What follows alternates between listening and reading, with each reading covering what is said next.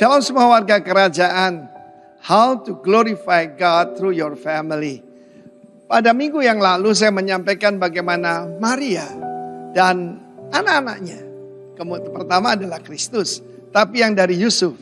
Ada putra-putranya yang menjadi, Yakobus menjadi pemimpin gereja di Yerusalem. Lalu kemudian Yudas, Yud itu kita tahu ada kitab Yudas. Itu juga adalah anak pada Maria. Dan itu memuliakan Tuhan. Tapi hari ini saya mau cerita tentang my beloved mom. Ibu saya adalah seorang yang sangat murah hati. Saya akan berani katakan dia itu malaikat tanpa sayap, saudara. Satu hari ada seorang ibu yang diusir oleh suaminya. Saudaraku, dia adalah tetangga kita, cuma beda satu blok begitu. Dan satu kali dia datang ke rumah kami menangis karena suaminya orang Jerman, dia orang Sri Lanka. Maka saudaraku, dia digembok rumahnya, semuanya hilang, anak-anaknya dibawa ke Jerman. Dan ibu saya menenangkan ibu ini, tidur bersama dia, mendampingi dia supaya tidak bunuh diri selama 3 hari 3 malam. Hari ketiga ibu ini berterima kasih pada papa dan mama saya. Dan dia berkata begini, ternyata dia orang Kristen, saudara. Dan kami bukan orang Kristen, ya. Karena itu saudaraku, kenapa saya rindu mendirikan sekolah Kristen di mana-mana.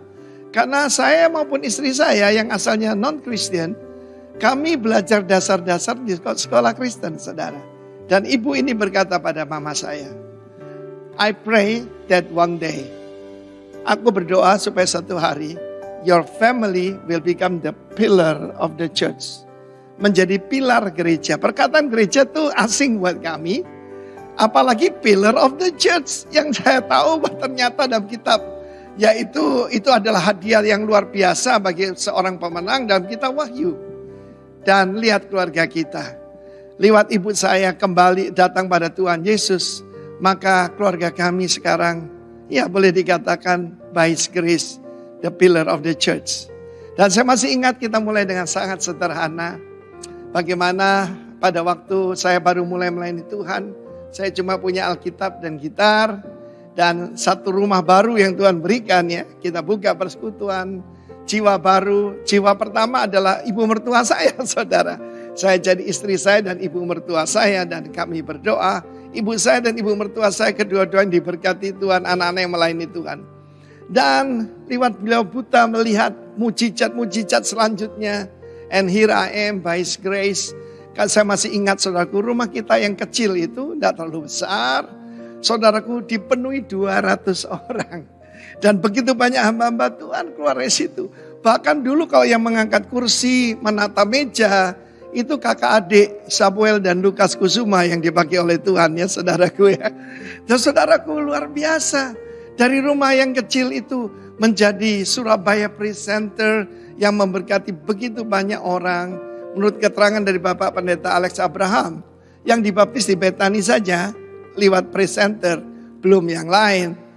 Menurut beliau ya, saya kan tidak menghitung 10.000 jiwa saudara. Dan kita ada di sini sekarang. Karena itu saudaraku, buka rumah saudara, buka hati saudara. Berdoa dan semua ibu yang mendengar ini belajar daripada Susana Wesley, belajar Maria, belajar dari mama saya. Berdoa dan berpuasa buat anak-anaknya dan keluargamu akan jadi berkat dan muliakanlah Tuhan lewat keluargamu. Tuhan memberkati. Amin. Kalau kami boleh menghampiri tata kasih karunia Tuhan, itu adalah perkenanan yang begitu dahsyat.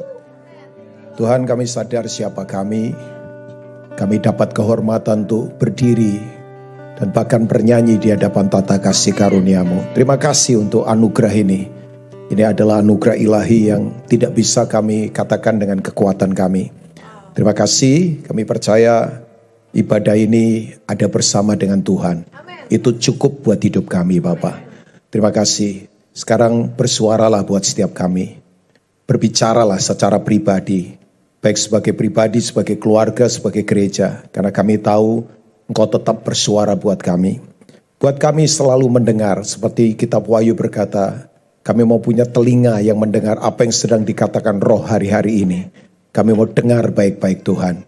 Untuk mengerti kehendak Tuhan dan mengerjakannya dalam kehidupan kami. Terima kasih, hamba-Mu boleh ada di sini. Sekali lagi ini adalah kebaikan dari Tuhan. Sampaikan hatimu Tuhan.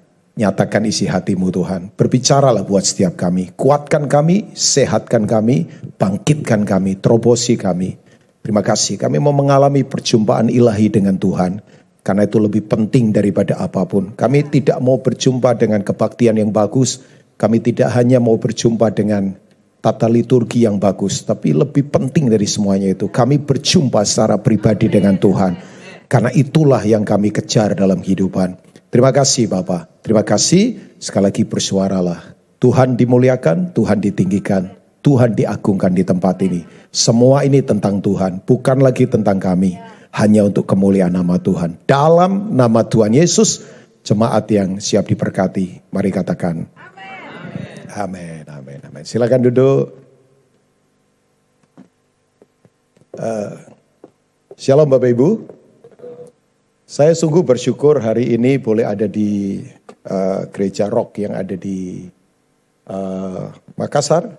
Ya, ini pertama kali ibadah umum ada di sini. Jadi saya bersyukur pada Pak Gembala, ya Bapak rohani saya, mentor saya, kakak saya, yang kita sudah lama bersama-sama, Pastor Jonathan Patiasina dengan Ibu. Juga ada warisannya mereka yang hebat-hebat ini. Ya, kalau ketemu sama Jesse, BJ, mesti hati-hati ngomongnya sebab mereka punya teologi yang luar biasa. Oke, nah perkenalkan nama saya Rubin Ong, ya bukan Robin, karena Robin temannya Batman. Ya, jadi ada orang suka nulis saya Robin, ya salah, saya Rubin. Saya ditemenin mutiara saya hebat, ada Ibu Lili Ong, boleh berdiri sayang. Ya, perlihatkan bahwa kamu cantik, kamu baik. Ya. Dia pemalu, dia asli. Dan anak saya namanya Berta Odelia Ong juga. Ya itu ada di sampingnya. Ya, mau berdiri saya? Gak usah ya. Dia malu juga. Ya, pokoknya malunya kayak mamanya. Kalau papanya agak kurang malu, saya cenderung tidak tahu malu. Kayaknya ketawanya seneng saya begitu ya. Oke, ya tanpa merasa paling tahu, apalagi jujur ya di mimbar ini gemetar loh. Saudara kan punya pastor, seorang rasul, seorang teaching, seorang nabi. Bayangkan itu gabungan yang paling unik kan. Ya, Pastor Jonathan itu apostol tapi juga punya kenabian. Nah, itu gabungan yang luar biasa itu ya dalam impartasi pelayanan ya. Tapi izinkan saya hari ini ya saudara punya tema kan bagus ya. Glorify the King through the family. Ya, bagaimana kita ya jelas memuliakan Tuhan lewat keluarga kita. Nah, saya kembali lagi kepada hal-hal simpel saja. Tapi begini, memang kalau ada institusi sekarang yang paling diserang dengan kejam, ganas dan sangat luar biasa mengerikan itu adalah keluarga. Ya, dulu saya pikir kalau orang berkata saya pengajar pria sejati cukup lama sekali. Ya, tapi terakhir saya nggak terlalu aktif lagi. Nah, ada statement yang berkata begini, memang kalau keluarga kuat, akibatnya kota jadi kuat. Sebab gereja kan memang the real church adalah family. Gereja yang sejati sesungguhnya ada di keluarga kan. Bahkan mungkin tafsiran saya bisa keliru kali ya. Tapi nggak sesat lah. Kalau ada gambaran gereja mula-mula itu sebenarnya ada di Eden. Ya, orang berkata gereja mula-mula ada di Kisah Rasul. Oke lah. Ya, karena dihidupkan kembali kan. Ya, calling gereja, nilai gereja. Tapi di Eden lah coba bayangkan. Itu gambaran gereja sesungguhnya. Nggak ada liturgis, nggak ada kemah suci, nggak ada gedung. Ya, kan, ya maksud saya kan kita clear lah di Rock bahwa gereja bukan bicara gedung kan. Gedung itu hanya fasilitas. Kan yang diangkat nanti bukan gedung gereja, tapi gereja. Gedung gereja diangkat kaboten Pak, terlalu berat. Makanya saya ingatkan ya, nanti sangkakala berbunyi, yang berat-berat susah diangkat, percayalah. Saya enggak ngomong fisik loh Pak. Ini enggak ada hubungan berat badan Pak. Tapi berat di sombong, berat di kemunafikan, berat di kedunia. Nah itu ianya maksudnya itu Pak. Itu malaikat dorong-dorong juga turun terus Pak, karena terlalu berat. Nah yang diangkat kan bukan gedung gerejanya. Gerejanya ini kita, ekalio kan, eklesia. Ya kita kan itu kan bahwa kita ini adalah para menteri atau pelaksana kerajaan Allah. Saya suka sebutannya Kak Jo kan, the fellowship of the kings. Ya, persekutuannya para raja. Itu memang betul kita semua. Yang diangkat itu, ya sekarang gedung bagus-bagus. Gedung itu kan tempat kehadiran Tuhan. Kalau tempat kediaman Tuhan kan bersama kita, ada di dalam. Ya kan? Diam kan hadir, diam dan hadir beda lah. Diam itu permanen, kalau hadir tidak permanen. Loh, Tuhan hadir di sini karena kita ada di sini. Ya kan? Kalau kita pergi masa Tuhan bergelantungan di atas kan kasihan. Ya, Tuhan hadir di sini karena ada kita. Saya hadir di sini, tapi kan saya tidak berdiam di sini. Tapi sayang kan sekarang tempat kehadiran Tuhan bagus-bagus, tapi tempat kediamannya Tuhan gak diurus. Ya, yang ada berantakan semua di dalam. Hubungan-hubungan yang dingin. Ya, spontanitas sudah tidak ada. Saya jujur ya, saya bukan anti teknologi. Enggak. Tapi Bapak Ibu tahu nggak? Dulu sebelum ada mesin ketik diketemukan, eranya Gutenberg kan, abad 16. Itu berkenaan dengan reformasi terjadi kan, oleh Martin Luther. Kan dulu saya yakin, jemaat itu menyanyi spontan. Ya, mereka nyanyinya itu, betul kan, Kolose 3 terjadi. Ya, saling bermasmur, saling memuji, itu kan keluarga itu. Saya lagi konteks keluarga, kan gereja keluarga. Amin Bapak Ibu, kan kita family kan. 1 Timotius 3 berkata, kalau aku belum hadir, kamu harus hidup sebagai keluarga Allah. Ya kan? Ya di keluarga ya ikatannya ikatan darah. Bukan ikatan politik. Yang saya takut sekarang gereja ikatannya politik, kekuasaan.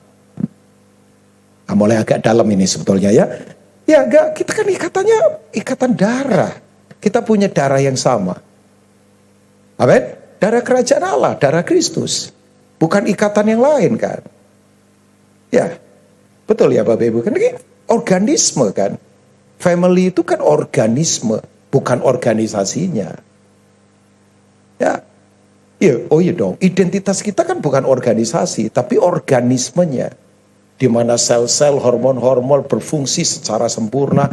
Ya, itu gambaran keluarga kan sebetulnya. Ya, nah. Saya lagi bilang apa sih? Kok kayak pelajaran biologi, coba bayangkan. Nah, kalau kita kembali ke situ, bayangkan, itu zaman dulu belum ada mesin ketik. Orang nyanyi itu bisa saling tersenyum di antara kita, saling menguatkan. Ya, saling membangun, senyum kita itu bisa menguatkan yang lain kan. Itu sekarang hilang loh, saling itu. Sebuah hubungan yang natural, spontanitas. Kata spontan itu penting, spontan itu gak dibuat-buat. Spontan itu sesuatu yang muncul dari dalam. Nah itu kita hilang. Kita sudah terlalu metodologi, kita sudah terlalu kaku, kita sudah terlalu apa. Yang saya takut, yang kakak rohani saya katakan, Pak Cornelius berkata, Bin, menakutkan loh kalau gereja sekarang tempat, saya mau difoto kan? Loh, difoto aja enggak? Loh, mumpung difoto supaya keren kan? Ya, kayak sudah ya. Oh, masih lagi? Oh ya.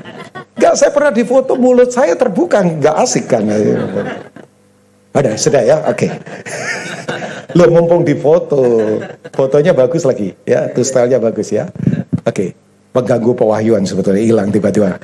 Nah, itu yang saya bilang bahwa spontanitas nggak ada. Sejak mesin ketik diketemukan kita nyanyi pakai kertas, wajah kita tidak saling memandang. Coba, kita tidak saling tersenyum lagi, ya. Kita dekat tapi jauh. Kita berhimpitan nih, dekat tapi belum tentu dekat loh. Yang susah-susah lah, yang senang-senang. Loh, dekat tapi jauh. Ya, menurut saya sih, masa saya ada di atmosfer yang begitu, saya nggak mau lah. Karena kita ini ikatannya ikatan darah, ikatan kerajaan. Ya, ikatan Kristus, bayangkan. Coba. Nah, setelah itu orang nyanyi pakai itu, mesin ketik kan, maksudnya kertas, kan, himne dulu ya Pak, pujian dulu ya. Setelah itu maju lagi, ketemu overhead projector, tahun berapa itu kira-kira, saya lupa ya. 90-an sekian kali ya. Orang mulai nyanyi lihatnya tembok, udah nggak lihat wajah lagi, tembok yang kita lihat. Tapi ada tulisannya. Loh, rasa, ini anti kemajuan ini Pak Rubin. Kayaknya ini baru keluar dari hutan belantara mana. Enggak, saya juga pakai kok. Tapi saya lagi ngomong spirit kayak ini, kekeluargaan kita. Ya, Nanti ujungnya kan supaya kita bagaimana kalau hidup kita satu dengan yang lain tidak hambar, ya kan, penuh sukacita, saling menolong. Dunia akan melihat bahwa kita murid Kristus. Dunia melihat kita murid Kristus bukan karena kita pintar teologi, ya, bukan karena pintar bikin acara, bukan karena kita pintar hal-hal yang kelihatannya agamawi, bukan. Tapi cara hidup kita. Makanya Kristen kan bukan cara kebaktian, Kristen bukan cara berorganisasi. Kristen tuh cara hidup, bukan Kristen tuh gaya hidup, bukan gaya kebaktian, bukan cara kebaktian. Cara kebaktiannya terserah, gaya kebaktiannya boleh apa, tapi cara hidupnya bagaimana, gaya hidupnya bagaimana. Bayangkan di gereja mula-mula, ketika itu dikembalikan lagi kan, cara hidup gereja mula-mula, wow, keluarga banget. Ya, nah, sekarang lebih maju lagi LED. Di sini sih belum pakai ini. Ini LED kah atau? Ya, nggak apa-apa, maksudnya nggak apa-apa. Oh, di Jakarta, ya ampun. Sampai ada kayak hukum yang tidak tertulis. Kalau belum ada LED belum gereja. Hukum itu tidak tertulis. Ya, orang berlomba pasang LED miliaran rupiah. Wih, bayangkan. Sampai backgroundnya keren-keren kan sekarang. Ya, jerawat saja satu kelihatan loh, bayangkan. Ya. Oh, background luar biasa. Orang seperti kayak nonton bioskop loh, tapi sambil nyanyi. Nah, maksud saya, sekali lagi saya nggak anti begituan. Maksudnya oke. Tapi apakah organisme kekeluargaan kita masih kuat? Karena Yesus berkata, kalau kamu bersatu, dunia akan tahu. Dunia akan apa? Tahu. Jadi kalau kita tidak bersatu, dunia tidak tahu. Dunia akan tahu bahwa kamu murid-muridku. Kata murid kan jelas kan. Matetes. Matetes. Bukan mak tetes, bukan. Itu bahasa Jawa ya. Mak tetes itu netes terus. Mak tetes. Tapi mak tetes. Mak tetes itu adalah pola hidup seperti sang guru. Pola hidup seperti Tuhan. Ya, spontanitas jangan sampai hilang. Nah, oke, saya ingin mengajak kita. Coba, tema ayatnya kan ada di Yosua 24 ayat 15 ya. Ini rekomitmen terhadap covenant yang ada di Sikem. Kita tahu di Sikem pernah ada orang yang kemudian dirajam karena memberontak pada covenant dengan Tuhan. Ya kita tahu ya, bayangkan. Hanya gara-gara pemberontakan satu orang, Akan namanya, itu Israel tidak bisa masuk menaklukkan kota kecil namanya Ai. Padahal tadinya euforia loh, bayangkan. Euforia, dia hajar Yeriko, bayangkan. Yeriko kota besar, menurut orang itu temboknya tebelnya saja bisa bikin race. Itu bisa bikin balapan kereta itu di atas temboknya. Nah, itu temboknya nggak tahu tebelnya berapa itu. Dan prinsip peperangannya aneh banget. Orang Israel kan petempur luar biasa. Tapi begitu menaklukkan Yeriko musuh pertama di Kanaan, itu suruh baris berbaris. Itu namanya ketaatan bodoh itu. Ya, suruh baris berbaris. Sampai kemudian hari ke-7 ambruk itu, rubuh kan. Nah itu di situ kan ada spirit Artemis, penyembahan Dewi Kuil Bulan, di mana salah satunya Rahab kan. Jadi imam kayak germo di situ. Ya pastilah di mana ada penyembahan berhala selalu ekspresinya pada perjinahan. Makanya daerah atau tempat yang penyembahannya berhalanya tinggi pasti itu manifestasi perjinahannya luar biasa. Oh iya, coba pria itu kalau udah sukses menyembahnya barang, menyembahnya uang, pasti larinya ke situ. Itu sudah tidak mungkin dipungkiri. Sebab sudah ada ilah lain. Makanya berzina di hadapan Tuhan. Itu kan ekspresi yang kita tidak bisa pungkiri ya. Tapi gara-gara ada satu orang yang tidak taat sebagai keluarga. Mereka kan bangsa keluarga ini. Yang terjadi apa? Taklukan Ai mereka kalah. Kocar kacir melawan Ai. Nah perjanjian dikomitmenkan ulang. Nah ini salah satunya statementnya dari Yosua. Kalau Bapak Ibu membaca kan luar biasa ya. Tetapi jika kamu anggap tidak baik untuk beribadah kepada Tuhan, saya yakin Pastor Jonathan sudah beritahu ibadah itu apa. Ibadah kan keserupaan. Ibadah itu kalau saya punya definisi begini, apa saja yang kita kerjakan, apapun yang kita kerjakan, apa saja Kolose 3 ayat 23, asal dasarnya dengan prinsip Tuhan dan Tuhan dimuliakan, itu ibadah. Apapun yang kita lakukan, apapun, katakan apapun Bapak Ibu. Ya, kan pertanyaannya, adakah yang di luar apapun? Tidak ada. Semua apa ada dalam apapun, sebab tidak ada yang di luar apapun, sebab apa saja ada dalam apapun. Saya tidak akan ulang lagi, sebab saya lupa. Ya kan? Apapun, apa saja. Sebab tidak ada yang di luar apapun, sebab apa saja ada dalam apapun. Yang kita kerjakan dengan nilai firman dan untuk kemuliaan Tuhan, itu ibadah. Ya, makanya merawat orang tua yang sakit, itu nilainya sama dengan seorang penginjil yang lagi khotbah di hadapan ribuan orang. Gak ada bedanya. Ya, waktu kita tulis pembukuan dengan benar, tanpa korupsi, itu nilainya sama dengan lagi jadi ketua panitia KKR stadion di manalah di Makassar ini. Sama nilainya, gak ada bedanya. Itu kan, ya saya tidak usah jelaskan lah, malah saya penjelasan dari Pastor Joe sudah, saya sering ikutin kan, sudah punya live streaming dan apa ya saya ikutin ya luar biasa. Oke. Pilihlah pada hari ini kepada siapa kamu akan beribadah. Allah yang kepadanya nenek moyangmu beribadah di seberang sungai Efrat, berarti eranya Abraham. Ya. Atau Allah orang Amori yang negerinya kamu diami ini, sekarang di Kanaan. Tetapi aku dan seisi rumahku akan beribadah kepada Tuhan. Saya suka aku dan seisi rumahku. Ya itu family nih, keluarga. Nah, kenapa sih penting untuk kembali kita menyatakan kemuliaan Tuhan lewat keluarga kita? Karena begini, oke, kita ke Ibrani pasal 13 ayat 4 ya, sebentar. Ada ya multimedia?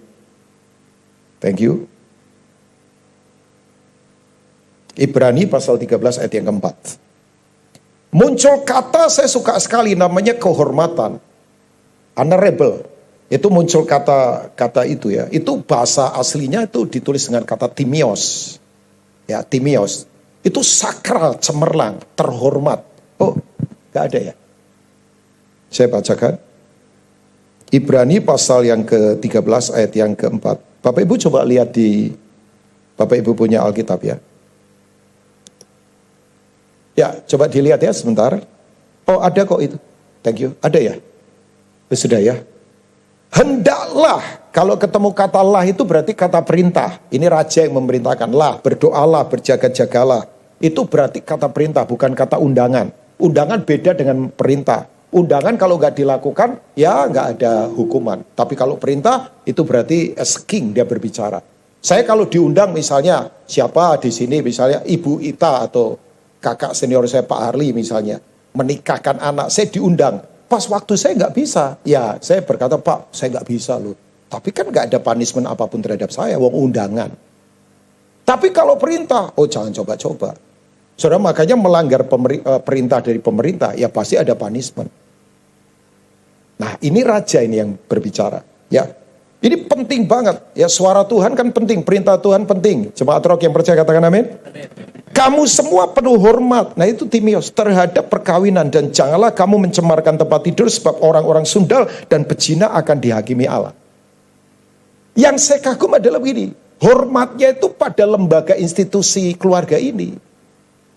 Jadi kita harus komitmen pada keluarga, karena keluarga adalah institusi rohani yang dikuduskan, yang disahkan, yang diciptakan oleh Allah, di mana kita harus menghormati lembaga ini lebih daripada orang-orang di dalamnya. Oh, saya komitmen sama istri saya, tapi lebih daripada istri saya komitmen pada lembaga ini, karena ini lembaga ilahi yang Tuhan dirikan, Tuhan sahkan, Tuhan berkati. Ya kalau saya komitmen pada lembaga ini yang didirikan Tuhan, automatically lah saya komitmen sama istri saya. Kalau saya komitmen pertamanya sama istri saya, bisa berubah. Dia bisa tua, dia bisa kehilangan rambut, dia bisa kerut kulitnya. Tapi komitmenlah pada institusi ini, Bapak Ibu. Ya kan?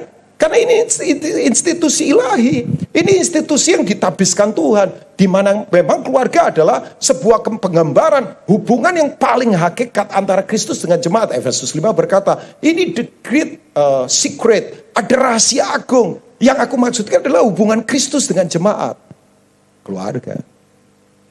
Makanya betul dalam statement pria sejati, men. Keluarga kuat, kota kuat, bangsa kuat, bumi penuh kemuliaan Allah. Saya dulu pikir ini statement apa begitu. Kan nggak tahu kan Pak, awal-awal dengar ini kan, keren banget.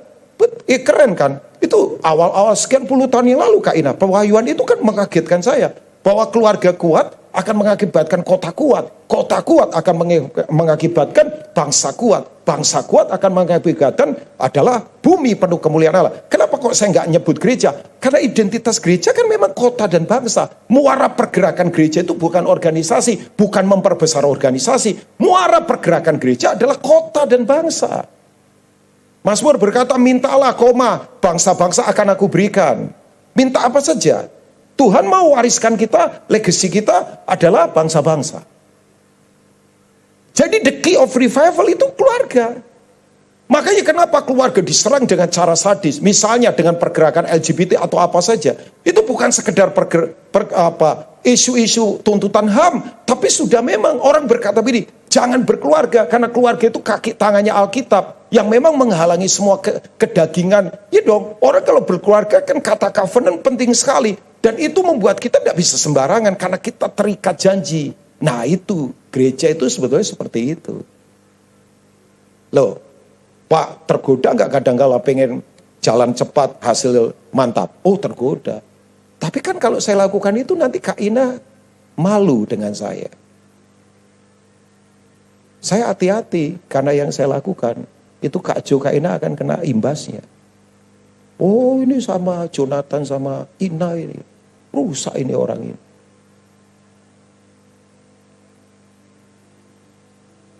Walaupun kalau Kak Ina makan enak juga nggak inget saya. Oh lagi makan enak. Loh iyalah. Hati-hati loh Bapak Ibu. Sama uang, sama karakter.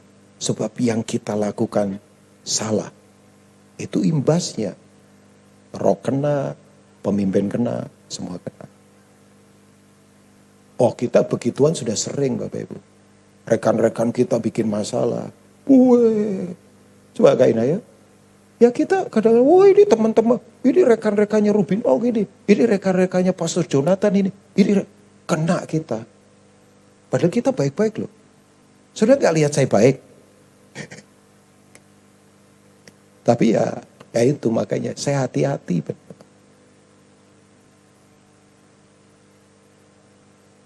Karena organisme itu terhubung semuanya kan. Ya kan? Ya kan Bapak Ibu? Coba tangan kecepet pintu, pasti mulut teriak. Ya, tangan padahal kecepet pintu. Atau kaki kecepet pintu. Mulut langsung, aduh. Padahal kan jauh jaraknya. Ya kan? Iya, gak ada lah. Kaki kecepet pintu, mulutnya tertawa. Rasain. Itu edan Pak. Ada yang tangannya kecepet pintu, gak rasa apa-apa. Itu tangan amputasi. Itu palsu berarti. Kita pada sampai titik enggak ketika orang lain jatuh di sekitar kita. Kita bisa menangis dan pukul dada.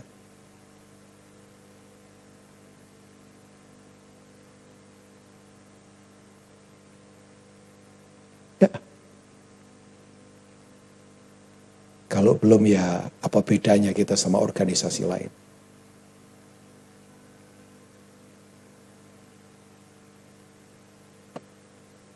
Ya. Pak kita susah Pak mikirin yang lain. Lihat itu komunal-komunal Makedonia. 2 Korintus 8. Sangat miskin. Tapi kemurahannya. Artinya apa? Kemiskinan tidak mengganggu. Untuk mereka tetap ada sebagai keluarga dalam Tuhan. Sementara banyak orang terganggu kekayaannya. Gak bisa memberi dengan kemurahan. Kekayaan sudah mengganggu. Sementara mereka kemiskinan tidak mengganggu. Untuk berkorban. Memberinya maksa dan melampaui semua kemampuan mereka. Berarti kan kemiskinan tidak mengganggu mereka berkorban. Sementara banyak orang kekayaannya justru mengganggu untuk mereka terlibat dalam rencana Tuhan. 2 Korintus 8 Bapak Ibu baca. Itu jemaat yang ada di Eropa kan. Wilayah Makedonia. Ya PJ ya. Pak PJ udah baca yang beginian lah. Makanya saya hati-hati ngomong ini di hadapan dia. Kalau kakaknya boleh lah kita selengean ngomong ya. Enggak lah, kakaknya juga jago. Oke, sekarang sebagai keluarga. Saya punya jatah waktu berapa lama Kak Ina? Jangan lama-lama. Iya sampai selesai Pak, cuma masih ya itu namanya Ayuneos, itu waktu kekal Pak. Kita kan masih di Kronos Pak ini. Jadi waktu 45 ya. Oh iya ya. Ya cepetin lagi dikit nggak apa-apa. Agak grogi saya. Ya terus lapar saya. Loh saya kalau lapar bodoh. Jadi boleh. Ya jadi sebentar. Oke. Bapak Ibu mau jadi keluarga yang memang menyatakan kemuliaan Tuhan, amin Bapak Ibu ya. Nah saya ingin mengajak kita merenungkan beberapa hal. Ya jadi keluarga ini institusi ilahi yang memang dimana itu akan jadi kontainer dimana Tuhan akan menyatakan betapa dahsyatnya hidup kita. Ya pernah dengar gak ada orang namanya Robertson McQuilkin? Pasti belum. Saya tebak saja pasti belum. Ya bukan orang Makassar Pak. Ya namanya sudah jelas lah orang dari Amerika atau Inggris lah ya. Robertson McQuilkin. Siapa dia Pak Rubin? Dalam buku Filipianse itu bukunya keren. Yaitu bukunya itu apa namanya? Seperti seni merayakan kesusahan hidup. Kayak seperti begini, ada sukacita dalam penderitaan. Saya lupa bukunya apa sih? Filipianse punya buku. Saya sudah lama itu tiba-tiba dia muncul orang ini. Robertson McQuilkin itu adalah seorang rektor dari Columbia Bible College. Udah orang luar biasa, dipakai Tuhan. Usianya masih matang, kira-kira berkisar ya mendekati 60 tapi 50-an sekian kan. Katanya kan survei terbaru usia produktif 60-an katanya ya. Nah itu. Tapi ini usianya lagi matang-matangnya. Tapi kemudian terjadi hal yang tidak disangka. Istrinya kena Alzheimer. Jadi lumpuh di otaknya dia sudah. Tidak kenal, ini Alzheimer-nya udah akut, udah parah. Dia punya 2 anak. Jadi kemudian dia akhirnya berkata sama yayasan, saya mau turun dari rektor. Padahal ini dalam puncak karir, dalam usia yang matang, sangat diharapkan untuk memimpin college ini. Tapi dia berkata, enggak, saya harus turun. Ditanya sama yayasan, mau ngapain? Saya mau rawat istri saya yang kena Alzheimer. Wah yayasannya berkata, janganlah, kamu masih kita perlukan. Jangan, enggak. Saya sudah berdoa pada Tuhan, saya putuskan. Ya, oh dikasih alternatif lagi. Udah kita cari perawat saja. Nanti 2 shift lah, gantian ngerawat istrimu. Jadi gantian, jadi kamu tetap bisa jadi rektor. Enggak, tahu enggak? Terus kemudian orang-orang ini ngomong begini, buat apa kamu rawat istrimu?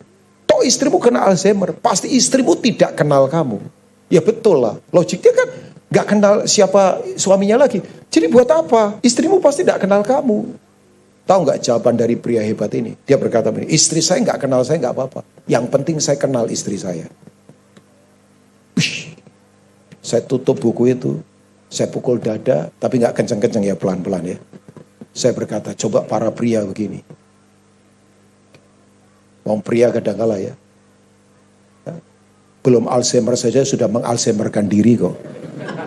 Istri lupa, utang lupa, tanggung jawab lupa, ibadah lupa, doa lupa.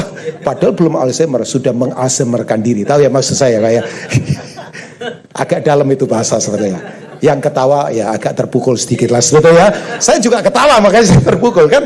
Yang nggak tertawa ya mungkin lagi merenung. Sebentar tertawa, nah itu lebih terpukul lagi. Ya kan? Tapi kemudian saya sadar, oh iya ya. Ah biasa Pak, itu biasa. Hang on.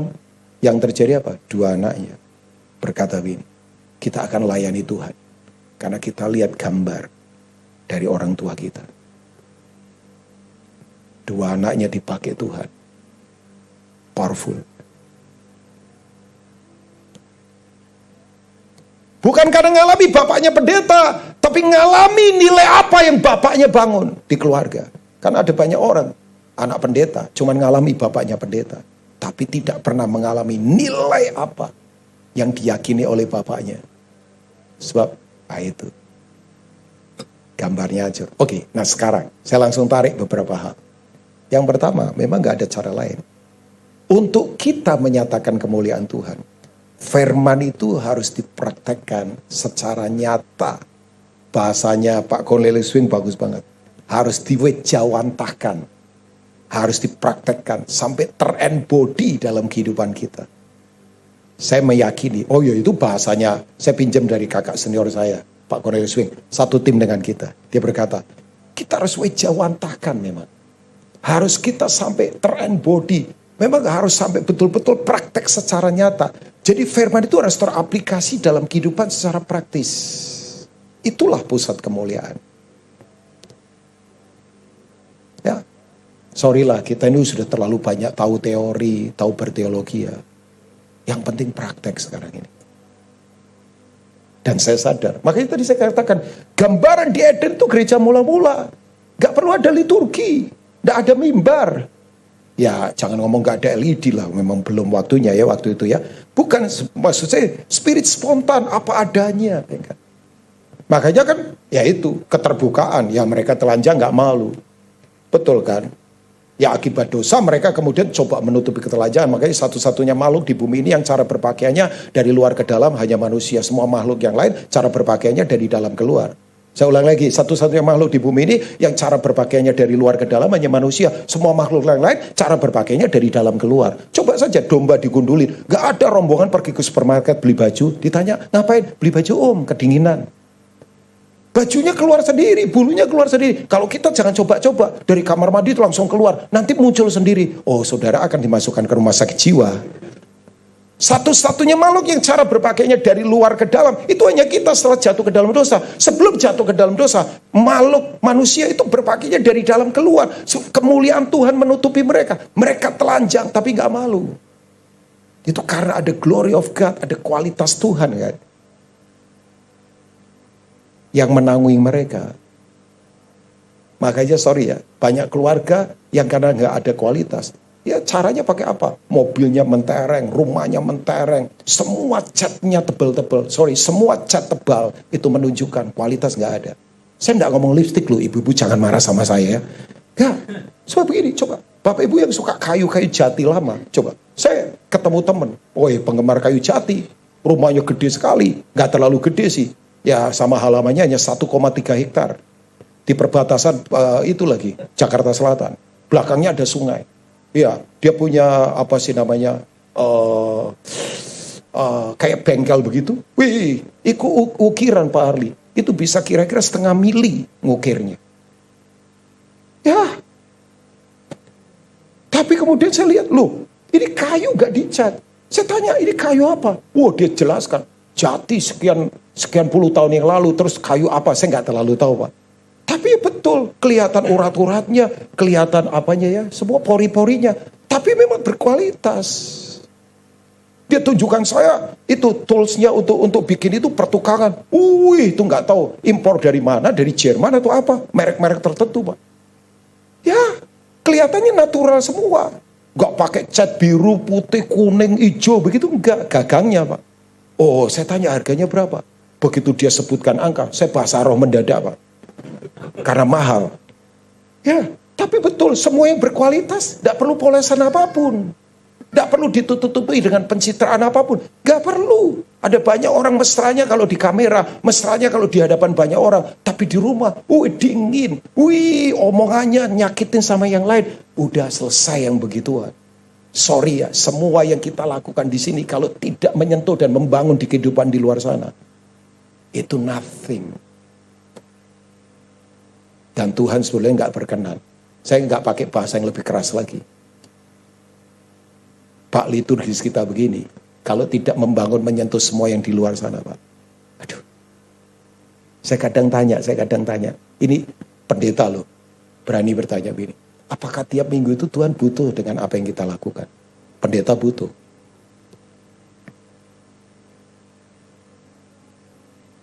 Diaken mungkin bisa butuh. Tapi dari sisi Tuhan, Tuhan itu butuh nggak? Kalau kita tidak mempraktekkan ya percuma ya.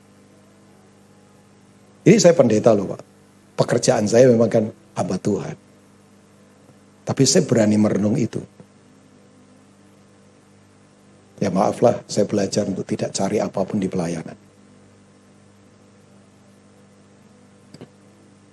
Iyalah, cari apa terus? Saya tahulah, saya belajar dari Kak Jo, Kak Ina. Jadi saudara nggak salah. Dimentor oleh orang-orang yang saya tahu integritasnya lah. Ya, saya juga nggak sembarangan juga dong. Bergaul dengan siapa dalam kehidupan, nggak sembarangan banget. Makanya impartasi ini harus sampai ke semuanya. Jangan hanya di Kak Jo sama Kak Ina, tapi harus diimpartasi semuanya dong. Ya, oke. Jadi firman harus dipraktekkan secara praktis nyata dalam kehidupan. Bapak Ibu tahu gak, revival sesungguhnya itu adalah ketika tubuh kita jadi senjata ilahi. Kalau gak salah di Roma 6 ya ayat 13, tiba-tiba ayat ini muncul. Coba lihat. Bung atau Mas Bro yang main keyboard boleh temenin saya gak? Boleh. Siapa tadi? Sebentar lagi selesai. Kurang berapa menit Pak? Kurang berapa? Oh, itu Charles ya? Ya ampun Nyong, orang ganteng jangan di belakang. Bung bisa main ya pelan-pelan ya. Saya sebentar akan selesai kok. Nggak lama setelah ini. Ya, oke. Nah, ini dari tadi jujur ya, saya itu punya persiapan tapi saya berkata sama Tuhan, Roh Kudus, pasti bergerak saja udah. Wong, saya ini nggak ngerti apa yang saya mau sampaikan. Maksudnya udah persiapan, tapi ya udahlah ngalir aja. Tapi ya tetap pada konteks yang saya ingin sampaikan tentang tema ini ya. Kak Ina sudah bilang sama saya sebelum, Rubin mau bicara apa saja terserah. Ya jadi ya enak kan, Ibu Gembala sudah berkata begitu, saya punya legitimasi kan untuk sampaikan beberapa hal yang menjadi perenungan kita bersama. Jadi yang pertama, coba kita lihat ke Roma pasal 6, kalau nggak salah ayat 13. Boleh multimedia? Seminggu itu 168 hari, betul ya? Kalau kita hanya membangun kekuatan kita hanya di 2 jam, tapi tidak praktekkan firman di 166 jam, ya susah. Ya kan, seminggu 168 jam. Kalau kita hanya fokus pada 2 jam, ini gak ada 2 jam kali, 1,5 jam atau apa. Ya gimana kita bisa kuat? Makanya kalau kita nggak mempraktekkan, bahkan saya yakin Bapak Ibu, oh Bung, sorry ya. Ya, padahal saya nggak nyanyi loh. Main pelan-pelan apa gitu. Lagu Korea boleh juga. Nah, oke. Roma pasal 6 ayat yang ke-13. Coba kita lihat sebentar ke sana. Ini kunci kebangunan rohani. Bahwa firman itu harus terembody, dipraktekkan dalam hidup kita. Ya, betul. Bapak Ibu, kasih itu tidak hanya rasa, tapi kasih itu harus jadi karya. Kasih kalau cuma rasa ya rasa-rasa saja. Kasih itu harus karya. Ya, kasih itu jangan rasa. Kasih itu karya dalam kehidupan. Praktekkan. Makanya kenapa? Ya, misalnya dua ayat ini diulang 2 kali di Kejadian dan kitab Efesus kan. Sebab itu laki-laki akan meninggalkan ayah dan ibunya dan bersatu dengan istrinya sehingga keduanya menjadi apa? Satu daging. Karena daging kan tempat kemuliaan Tuhan dinyatakan. Nah, kata bersatu itu bukan sekedar kata biasa, itu kata kerja aktif itu. Makanya kesatuan harus diusahakan dengan komitmen karena kita mempraktekkan firman. Sorry ya, kesatuan itu tidak otomatis terjadi. Kesatuan itu harus dipraktekkan dengan kita mempraktekkan firman. Kok begitu Pak? Oh iya, karena kita menghantam raksasa paling hebat yang disebut penyembahan tertua di dunia. Namanya aku. Makanya aku yang kaku yang tidak laku ini harus dipaku. Salib. Ya, aku yang kaku yang tidak laku ini harus dipaku. Salib itu. Karena ini penyembahan tertua di dunia. Nengkeng setan gampang. Yang susah nengkeng orang. Apalagi orang yang lebih setan daripada setan. Ya, keakuan Bapak Ibu. Ya kan, Yesaya 14. Aku mau naik, aku mau duduk, aku mau bersemayam, aku mau menguasai. Aku. Itu memang aku adalah inti dari penyembahan tertua. Inti yang kemudian begini. Fokusnya hanya kepada ambisi manusia. Makanya tadi saya katakan, kata bersatu itu tidak gampang untuk menjadi satu. Ini bukan penempelan tapi peleburan. Bersatu itu bukan penempelan. Kalau penempelan, lemnya bagus, perekatnya bagus. Tapi tekanan suhu panas tertentu bisa kemudian terpecah. Tapi kalau peleburan, tidak bisa. Ya, lebur kok jadi satu Pak. Itu gampang, gak bisa. Makanya orang yang punya bahasa kesatuan itu selalu begini. Ini bahasa kesatuan. Kita lebih penting daripada saya. Kapan saya lebih penting daripada kita? Selesai. Babilonia. Kita jauh lebih penting daripada saya. Terus bahasa kesatuan yang kedua nih, selalu melihat orang itu, selalu memberkati, tidak pernah melihat kekurangan orang lain, selalu melihat kelebihannya untuk memenuhi kekurangan saya. Selalu begitu. Matanya itu nggak sombong, matanya nggak meremehkan orang. Sorry ya, orang kalau sudah meremehkan orang nggak bisa berkomunikasi. Saudara kalau tidak pada level yang sama dalam kehidupan, saudara susah ngobrol. Pernah lihat ada orang diajak ngomong selalu tidak pernah mau, ya sombong atau bisu mungkin. Maksudnya bisu bukan soal fisik, karena nggak ada kata-kata firman di mulutnya.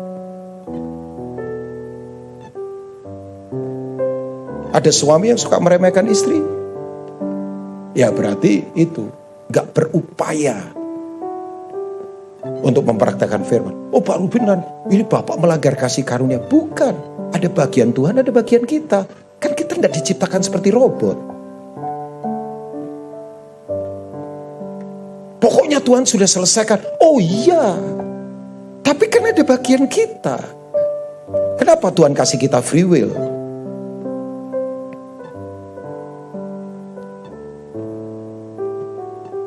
Kalau diam saya lagi mikir mau ngomong apa lagi, sungguh. Dan tahu Bapak Ibu, orang kalau punya kesatuan, bahasa yang pertama kita lebih penting dari saya, selalu memberkati orang lain bahasanya, lewat omongan, lewat tindakan. Tapi yang ketiga, ini yang keren. Untuk perubahan yang lebih baik, harus selalu dimulai dari saya. Jangan tuntut pasangan berubah, jangan tuntut orang lain berubah, jangan tuntut pemimpin berubah. Berubahlah mulai dari saya. Kalau menuntut terus gak dewasa. Orang tidak dewasa selalu menuntut. Ngomel terus, cynical terus, sinis terus. Pernah ketemu orang gak? Sinis terus, ngomel terus, komplain terus. Ya susah. Ya. Oke, Roma 6. Dan janganlah kamu menyerahkan anggota-anggota tubuhmu kepada dosa untuk dipakai sebagai apa? Senjata kelaliman. Kalau Alkitab bicara senjata berarti ini peperangan rohani, pertempuran. Tetapi serahkanlah dirimu kepada Allah sebagai orang-orang yang dahulu mati, tetapi yang sekarang apa? Hidup. Hidup di sini kualitas seperti Tuhan punya kehidupan dong. Zoe ya. Dan serahkanlah anggota-anggota tubuhmu kepada Allah untuk menjadi senjata-senjata apa Bapak Ibu? Kebenaran. Jadi firman itu harus dipraktekkan lewat tangan kita, mulut kita, kaki kita, tubuh kita. Nah itu revival, kebangkitan rohani yang sejati. The true revival adalah ketika firman terpraktekkan, termanifestasikan, terwejawantakan, terembody dalam seluruh anggota tubuh kita. Oh saya baru ngeh ternyata Yohanes 1 ayat 14. Ya, ini kan menjelang Christmas, Natal. Natal itu adalah firman jadi manusia. Coba kita lihat. Ya. Ini kalau terjadi, kota akan melihat kemuliaan. Tidak hanya mendengar, beda level loh. Kalau cuma mendengar biasa, melihat. Coba, melihat.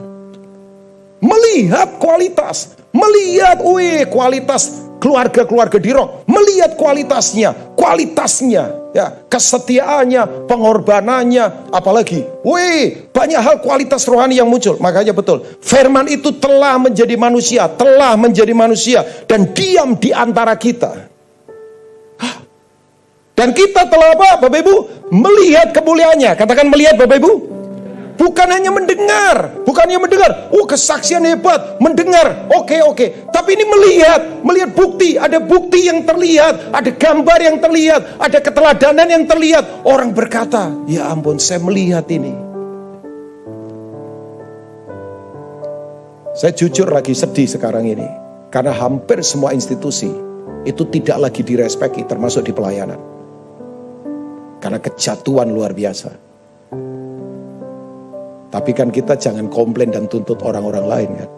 Ini waktunya untuk kita ambil sebuah tanggung jawab. Ya, saya dorong Bapak Ibu, praktekkan firman. Ya, sebab firman itu pribadi Tuhan sendiri kan. Amin Bapak Ibu, praktekkan itu. Ya, saya harus katakan orang yang paling tahu saya adalah istri dan anak saya. Satu kali anak saya berkata, saya bangga sama papa. Saya masih ingat itu. Waktu dia masih kecil dia ngomong begitu. Dia enggak tahu. Saya menangis loh di belakang. Sampai dalam hati saya berkata, kamu minta apa saja, papa belikan hari ini. Kecuali helikopter. Oh, dia enggak tahu. Loh, kebanggaan papa apa? Karena dia berkata begini, saya lihat teladan dalam diri papa. Kan jujur banyak anak pendeta kemudian marah kan. Kepahitan kan. Ya untung dua pria ini melihat keteladanan kan. Ya saya berharap anak-anak dari semua pendeta full timer pengerja di sini udah dimulai dari ini. Yuk kita sodorkan. Saya satu kali mau khotbah Pak, marah kudus. Kan pendeta harus marahnya kudus kan supaya kudus kan Pak. Jadi ada ibu ngomong begini, baru kenal ini salaman. Pengusaha, ya top lah. Dia bilang, waduh gak enak banget. Beberapa orang di situ pengusaha. Pendeta semua sama lah. Sama lah. Ujung-ujungnya bisnis, ujung-ujungnya ini. Waduh, semua tertawa. Kita kan gak enak Pak. Saya di mimbar, mau terpancing sih. Tapi ya enggak. Tapi saya bilang, sorry ya, gak semua hamba Tuhan begitu. Tapi kan saya ngomong begitu, harus dibarengi dengan bukti kan. Saya enggak bantah apapun, saya cuma ngomong pelan begitu aja Pak. Supaya atmosfernya enggak, orang-orang ini, oh begitu. Enggak lah, saya bilang, saya kasih contoh, ada beberapa orang yang enggak begitu. Tapi kan dibarengi dengan bukti, bahwa bayar harganya adalah mengerat semua kedagingan. Praktek firman itu menghujam semua kedagingan. Karena firman itu pasti bekerja dengan kejam di dalam daging kita. Saya ulangi, firman itu biarkan bekerja dengan kejam di dalam daging kita. Sebab kalau daging tidak, ya gak mungkin orang dibangkitkan kalau gak dikuburkan. Tapi orang jangan dikubur kalau masih hidup. Sakit Pak. Sakit Pak. Makanya betul kan, siapa itu? Juan Carlos Ortiz. Kalau baptis orang. Di dalam itu kan, di dalam apa? Di dalam air. I kill you. Aku bunuh kamu. Itu yang dibaptis mau lompat dari air Pak. Asli Pak. Ternyata saya baru tahu dia ngomong begini. Saya gak mungkin bisa kubur kamu kalau kamu belum mati. Sebab sakit. Dan kalau kamu gak dikubur, kamu gak bangkit. Oh. Ya. Kata tunduklah dan mengasihi. Efesus 5 ayat 22 sampai seterusnya. Itu kan kata tunduk itu ya pakai bahasa Yunaninya hupotasomenei.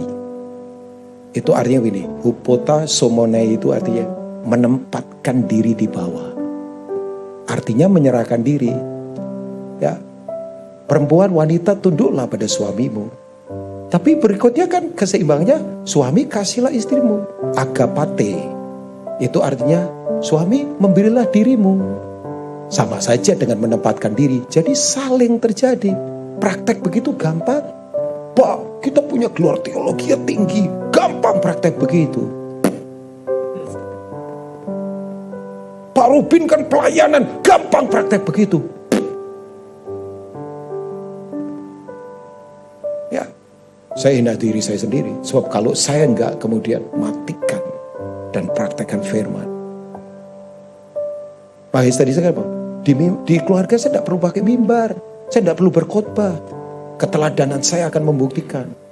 Dan kalau ini terjadi, bayangkan. Saya suka kata-katanya Kak Jo. Dia sempat bilang ke saya, Bin, yang penting itu kecil-kecil tapi banyak menyebar ke seluruh kota. Agree.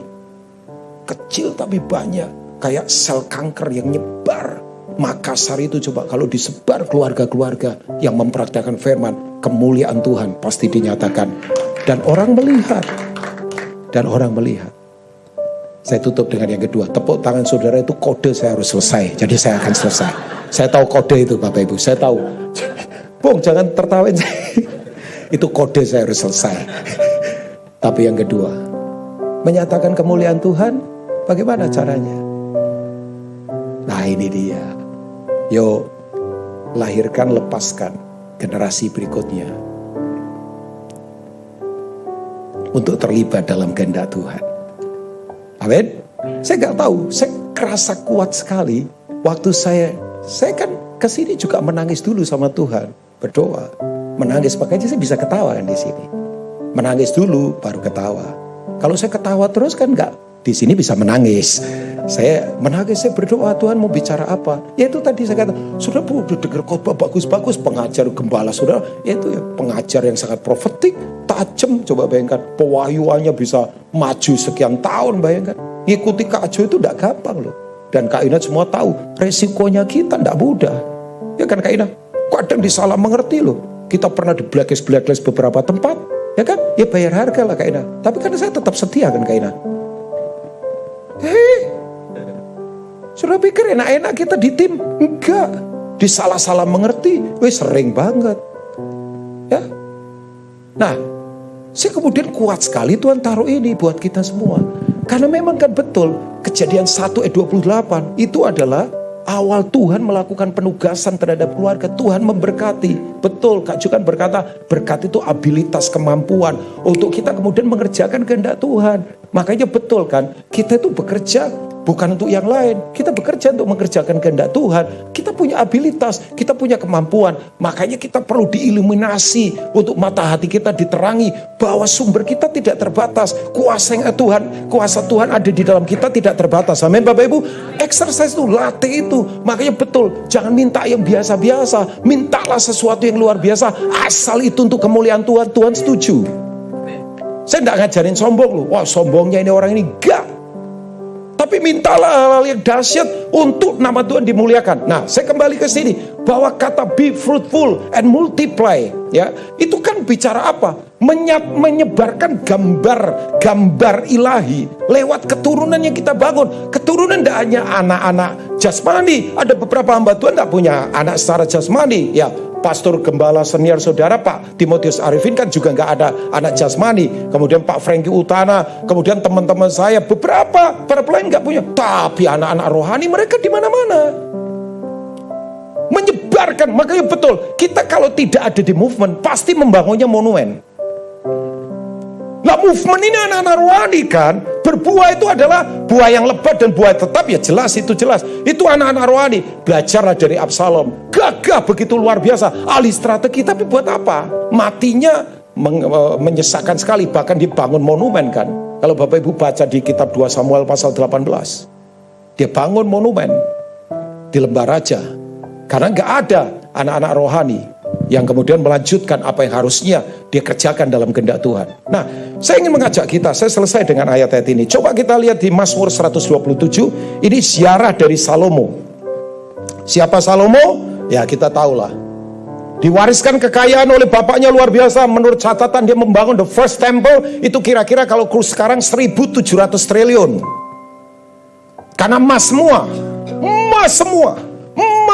bayangkan. Oh ya, mesbah emas, tabut emas, lapisan emas semua. Yang masuk emas lagi.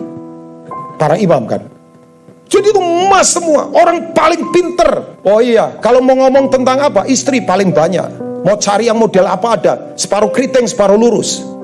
Separuh gelap, separuh putih. Bayangkan. Dia ketemu istri, nanti ketemu istri pertama. Ketemu lagi yang berikutnya. Ya, 3 tahun kira-kira. 300 resmi, 700 gunde. Bayangkan. James Bond lewat. Coba. Seminar motivasi pertama yang paling sukses adalah Salomo. Tapi orang ini selalu berkata, semua yang di bawah matahari sia-sia.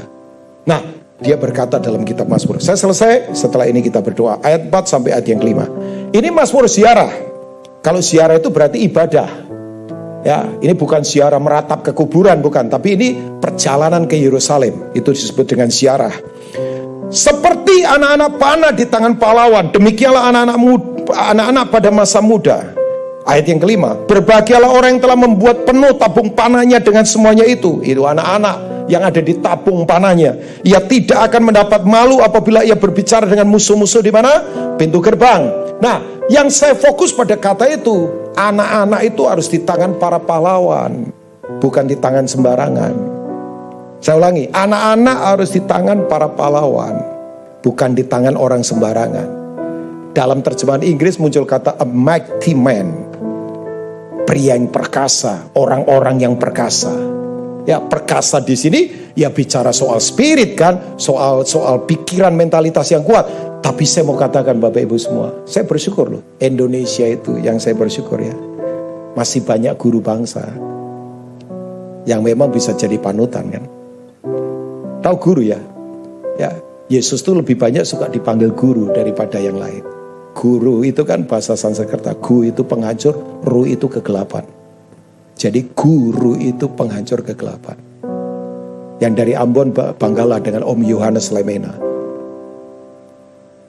Ya, Pak Syafi Ma'arif, beliau belum lama meninggal. Aduh, saya kehilangan. Di Jogja, guru besar profesor di UGM. Ke kampus selalu naik sepeda, potong rambut di pinggir jalan. Ya bukan soal itunya, tapi keteladanannya. Nah, Indonesia butuh itu. Makanya kalau orang tanya, Pak Rubin, orang tua, kekuatannya ada pada apa? Keteladanan. Saya punya definisi kepemimpinan. Kepemimpinan itu adalah kapasitas mempengaruhi orang lain melalui inspirasi yang dimotivasi oleh hasrat, yang dibangkitkan oleh satu visi yang dihasilkan oleh sebuah keyakinan, yang dinyalakan pada sebuah tujuan ilahi.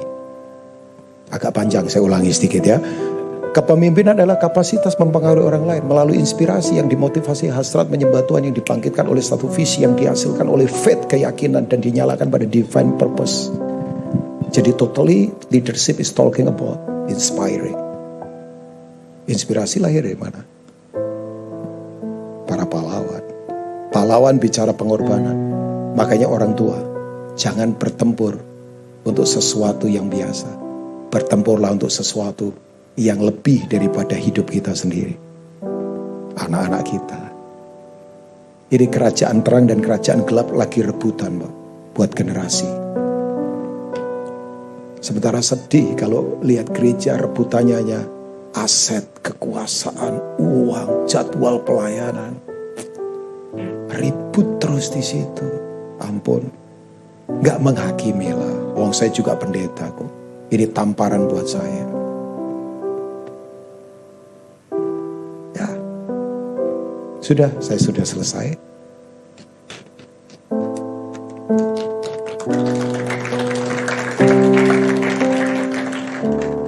Tapi lebih daripada apapun, yuk tangkap ini.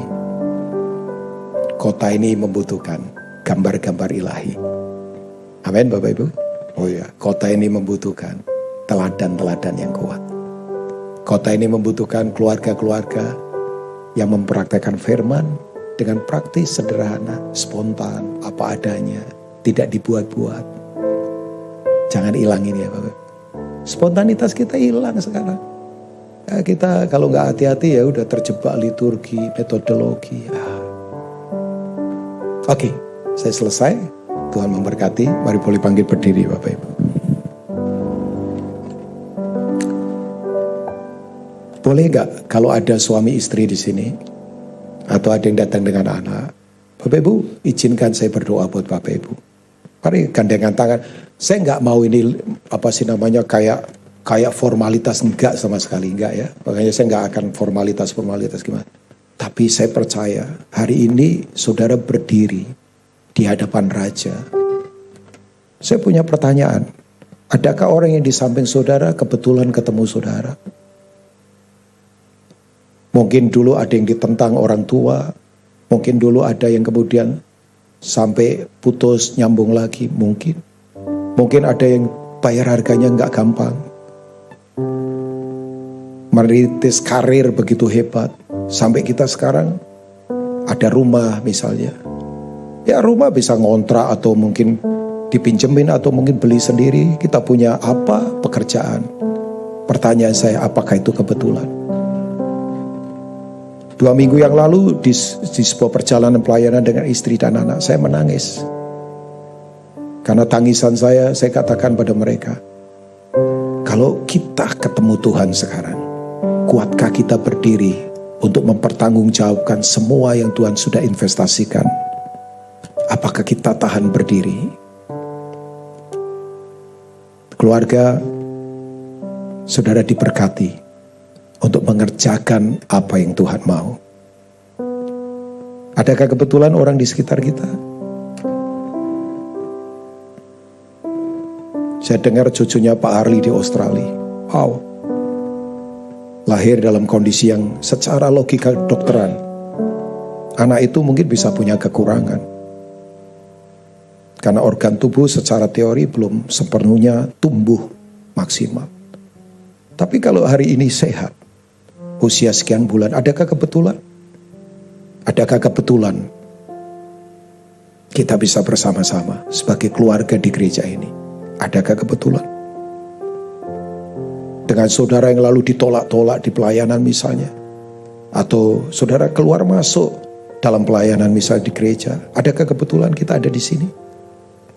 Adakah kebetulan Kak Jo dan Kak Ina ada di sini? Adakah kebetulan?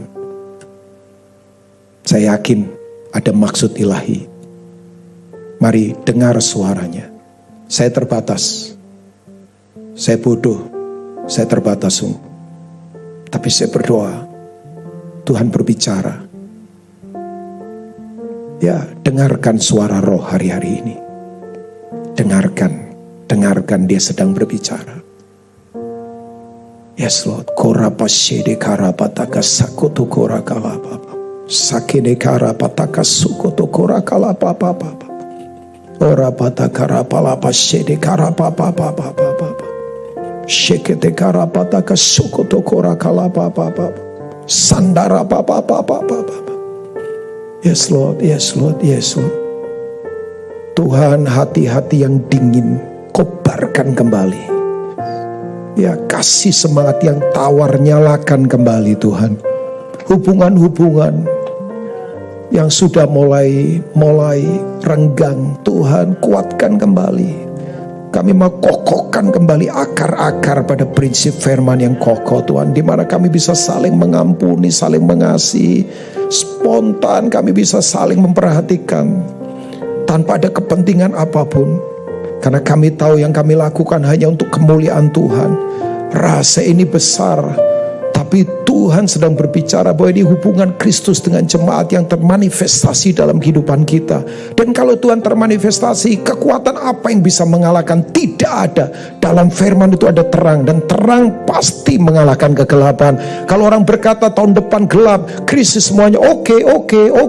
Kita tidak bantah itu. Tapi jangan lupa kita punya terang. Kita punya firman. Kita sanggup berjalan. Kita bisa menuntun suami hidup dalam terang. Engkau akan bisa menuntun istri, anak-anakmu, cucu-cucumu untuk hidup dalam terang. Kita tahu arah, kita tidak akan nabrak. Orang berkata dunia goncang, oke, dunia krisis, oke, nggak usah takut. Takutlah kalau Tuhan sampai goncang dan Tuhan sampai krisis. Tapi sepanjang saya hidup, Tuhan tidak pernah goncang, Tuhan tidak pernah krisis, kerajaannya tidak tergoncangkan.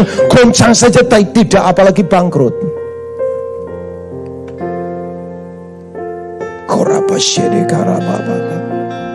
Ya Tuhan, saya tahu ada sesuatu yang sedang mengalir. Tuhan sedang bergerak menjamah kita. Ya. Mari seperti di Sikem ada rekomitmen. Hal yang sama, biar hari ini menjadi Sikem buat kita.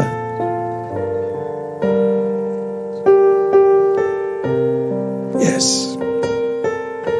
Terima kasih Tuhan. Terima kasih Tuhan. Ora pasede karapa papa. Ya. Shede karapa papa. Ya, ada keeratan yang sedang terjadi. Shede karapa papa. Shede karapa papa. Ya, Tuhan, kau lihat penyembahan bersama sebagai keluarga. Kau lihat Tuhan, kau lihat. Shede karapa papa. Shede karapa. Terima kasih Tuhan.